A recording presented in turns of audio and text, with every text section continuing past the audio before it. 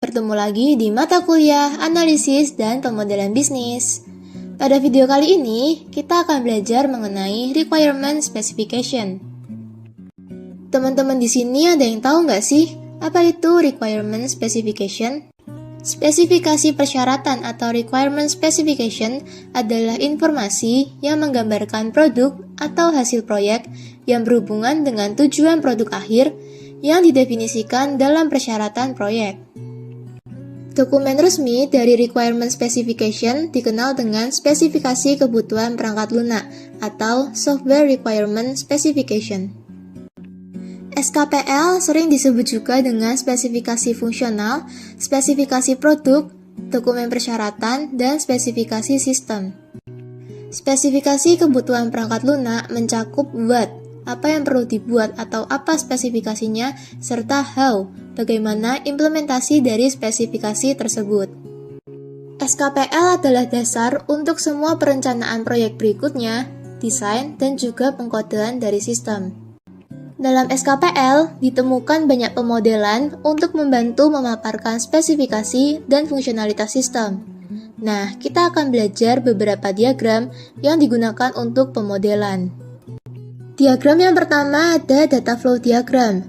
Data flow diagram adalah diagram yang sering digunakan dalam desain perangkat lunak. Secara visual, DFD mewakili aliran data di seluruh proses dalam sistem tertentu. DFD menunjukkan jenis informasi yang akan menjadi input dan output dari proses, serta di mana data akan disimpan. Di bawah ini ada contoh data flow diagram. Ada beberapa notasi dalam data flow diagram. Yang pertama ada proses, yaitu aktivitas yang dilakukan oleh sistem sebagai respon terhadap adanya data yang masuk. Kemudian ada data store, yaitu data yang tersimpan untuk penggunaan lebih lanjut.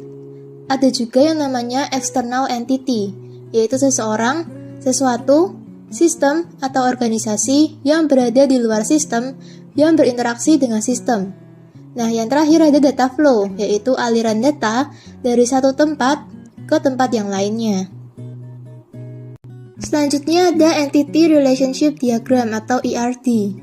ERD adalah diagram yang digunakan untuk menggambarkan hubungan antar entitas dalam sebuah database. Di bawah ini ada contoh ERD. Nah, dalam ERD ada beberapa notasi yang perlu diperhatikan. Yang pertama ada entitas, yaitu sebuah objek ataupun suatu kegiatan yang ingin direpresentasikan di dalam database. Contohnya, yang ada di contoh ini tuh ada student, kemudian class, ada course, dan lain sebagainya. Kedua ada atribut, yaitu karakteristik yang mendeskripsikan entitas sehingga dapat membedakan entitas satu dengan yang lainnya. Yang ketiga ada yang namanya relasi, yaitu notasi yang menghubungkan entitas yang satu dengan entitas lainnya. Diagram yang ketiga ada kelas diagram. Kelas diagram menggambarkan struktur dan deskripsi kelas, package, dan objek beserta hubungan satu sama lain seperti containment, pewarisan, asosiasi, dan lain-lain. Kelas diagram bersifat statis, yang menggambarkan hubungan apa yang terjadi, bukan apa yang terjadi jika mereka berhubungan. Di bawah ini adalah contoh kelas diagram.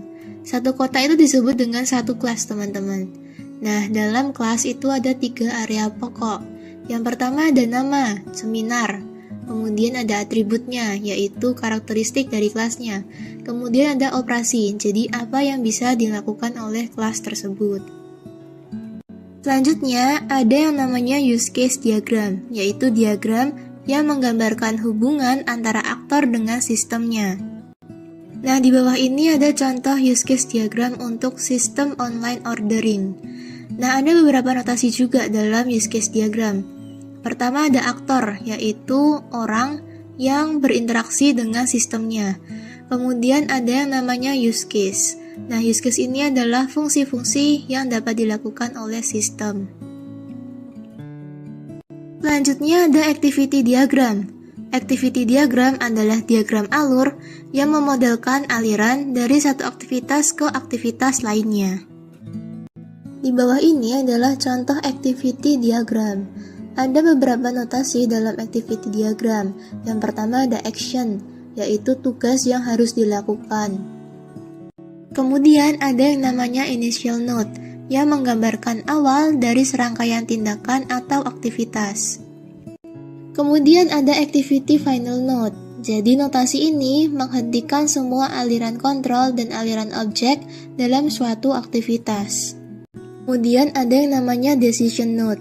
Ia mewakili kondisi pengujian untuk memastikan bahwa aliran kontrol atau aliran objek hanya berjalan pada satu jalur. Kemudian ada yang namanya fork. Notasi ini membagi aktivitas menjadi serangkaian aliran aktivitas yang paralel atau bersamaan. Selanjutnya ada yang namanya join. Jadi notasi ini menyatukan kembali serangkaian aliran aktivitas yang paralel atau bersamaan. Selanjutnya ada sequence diagram. Sequence diagram menggambarkan interaksi antar objek di dalam dan di sekitar sistem berupa message yang digambarkan terhadap waktu. Diagram ini biasa digunakan untuk menggambarkan skenario atau rangkaian langkah-langkah yang dilakukan sebagai respons terhadap sebuah event untuk menghasilkan output tertentu. Di bawah ini ada contoh sequence diagram. Ada beberapa notasi juga dalam sequence diagram. Yang pertama ada lifeline. Lifeline ini mewakili waktu pada arah vertikal dimulai dari atas ke bawah. Selanjutnya ada yang namanya action. Action ini mewakili sebuah eksekusi operasi dari partisipan. Panjang kotak dari action berbanding lurus dengan durasi dari aktivitas. Selanjutnya ada message atau pesan. Message ini berpindah dari satu lifeline ke lifeline yang lain. Kemudian ada aktor yang digambarkan dengan gambar stick figure. Kemudian ada juga interface dari sistem. Ada juga yang namanya control, yaitu notasi yang digunakan untuk menggambarkan hubungan antara interface dengan database melalui fungsi atau metode yang ada di dalam sistem. Yang terakhir ada yang namanya database, yaitu notasi yang digunakan untuk menggambarkan database atau tempat penyimpanan yang digunakan dalam sistem. Sekian untuk video kali ini, sampai jumpa dan selamat belajar!